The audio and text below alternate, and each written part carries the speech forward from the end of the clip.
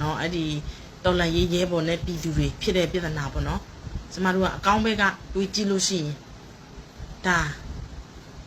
ပြောရမယ်ဆိုရင်ဒါဒီမိုကရေစီနော်ဒီမိုကရေစီမရသေးတဲ့အချိန်မှာတော်လန်ရေးအချိန်မှာပေါ့နော်ကျမတို့ရဲ့သူရဲကောင်းလေးတွေစိတ်ရှိနဲ့ကျမတို့ရဲ့ပြည်သူတွေကိုဘယ်လိုပဲပြည်သူအပြန်အလှန်ပေါ့နော်အပြန်အလှန်ညှင်းခုန်ကြတယ်ဒါဒီမိုကရေစီရဲ့အစပြိုးခြင်းပဲပြောရမယ်ဆိုရင်နော်ဒါလက်နဲ့ကိုအားကိုးပြီးတော့ပြည်သူကိုလက်နဲ့ပြချိတ်ချောက်တာမဟုတ်ဘူးမအေးလို့မင်းအွန်လိုင်းနဲ့တခြားစီပဲနော်အခုရဲဘော်တွေဘက်ကသူတို့လာပြောတယ်နော်စတာလင်ဘယ်လိုပြောမလဲဒီတော်လန်ရဲ့အချိန်မှာအရန်ကိုအရေးကြီးနေတဲ့အချိန်မှာပေါ့နော်ဒီမိုကရေစီရသေးတဲ့အချိန်ကာလလည်းမဟုတ်သေးဘူးအဲကြောင့်မို့ခုချိန်မှာကျမတို့ကတော့အားလုံးနော်အားလုံးဒုက္ခမရောက်ဖို့အတွက်ဒါရဲဘော်ဒီမှာတောင်းရှိတယ်ပြောပိုင်ခွင့်ရှိပါတယ်နော်သူတို့ပြောတာကလေဟိုဘယ်လိုပြောမလဲအနိုင်ထက်စီးနေပြောတာမဟုတ်ဘူးလေကျမဗီဒီယိုဖိုင်ထဲမှာကြည့်ရကျမတို့ပြည်သူဘက်ကနော်ပြည်သူဘက်ကဟာလည်းလို့ထိုးပြီးတော့နော်ဒါဘယ်လိုပြောမလဲဒါဒီမိုကရေစီရဲ့အစပြိုးခြင်းလို့ခေါ်တယ်တကယ်လို့သာအာဏာရှင်ဆိုရင်ဒီလိုမျိုးပြောရင်းမလားဩစနာဆိုင်နော်မင်္ဂလာပါဝိုင်းရှယ်ပြပါအာဏာရှင်ဆိုရင်ကျမတို့ဒီလိုမျိုးပြောဖို့မစင်စားနဲ့မော့တော့မကြည့်ရဘူးအဲကြောင့်မို့လေဒါကျမတို့အကောင့်ဘက်ကကြည့်လို့ရှိရင်ကျမတို့ရဲ့တော်လန်ရေးရဲဘော်တွေအထူးသဖြင့်မန္တလေး PDF တွေနော်သူတို့ရဲ့စိတ်ရှိသီးခံမှုကိုကျမတို့ကလေးစားရမှာနော်လေးစားရမှာအခုသူတို့ဒါတော့နော်ဘာပဲဖြစ်ပြည်သူတွေကိုသူတို့တန်မိုးထားလို့နော်မားသည်ဖြစ်စေမှန်သည်ဖြစ်စေအခုပြည်သူကိုပြန်ပြီးတော့နော်ဟိုကတော့ပွဲနဲ့လာပြီးတော့ချော့တာပေါ့နော်အဲ့ဒါကောင်းတဲ့မြင်ကွင်းပဲကောင်းတဲ့မြင်ကွင်းပဲတချို့ကြတော့ညီမျိုးစုံနဲ့ဝေဖန်သုံးသားကြတာပေါ့နော်ကျမတို့အကောင့်ဘက်ကကြည့်လို့ရှိရင်ဒါကျမတို့သွားချင်နေတဲ့ဒီမိုကရေစီစနစ်ပဲ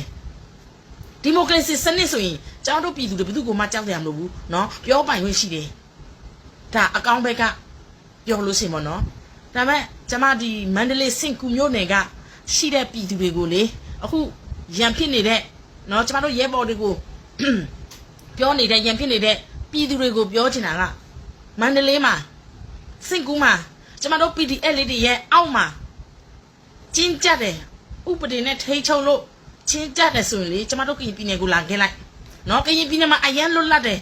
မူကြီးစေဝါလောင်းကစားလုံးမလားလွတ်လပ်တယ်နော်နောက်ပြီးတော့ဟိုဗလဲဘယ်သူမှမပြောဘူးပျော်ပွဲစင်ပွဲတွေနဲ့ပျော်စရာကြီးနော်ကထိန်ပွဲလာပါပွဲလာပျော်စရာကြီးလာခဲ့လိုက်သိသွားမယ်ကျမတို့ကရင်ပြည်နယ်မှာလေထိချုံမှုမရှိဘူးဟိုဘယ်လိုပြောမလဲနော်ဥပဒေမဲ့တရားမဲ့နော်အဲ့ဒီလိုမျိုးကင်းလွတ်နေတာကိုနေချင်တယ်ဆိုရင်ကျမတို့ကရင်ပြည်နယ်လာနေလိုက်ကျမတို့ကရင်ပြည်နယ်မှာလေဒီလိုမျိုး PDF တွေမန္တလေးက PDF တွေလိုမျိုး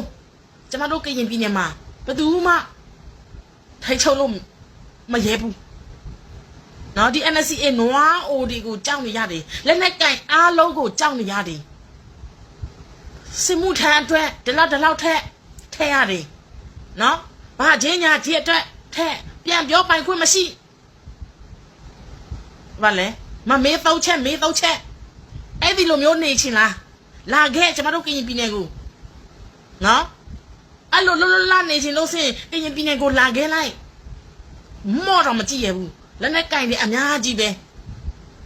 ကျမပြောချင်တာကတော်လန်ရေးကာလမှာနော်ကျမတို့ပြည်သူတွေအနေနဲ့ကလေဥပဒေကိုလိုက်နာရမယ်လေးစားရမယ်သူတို့ကလေနော်ဒီစတာလင်သုံးတာအရန်ကိုအန်ရရှိပါလေအန်ရရှိတယ်ဆိုတာဒါရန်သူဘက်ကဘောနော်ရန်သူဘက်က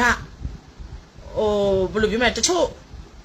လူတိုင်းကိုနော်ထိတ်ချုံမှုမရောက်နိုင်ဘူးလေဒါပေမဲ့ဥပဒေကိုလိုက်နာလဲပြည်သူတွေစင်ပြောစရာမလိုပါဘူးဒါပေမဲ့တချို့ကြတော့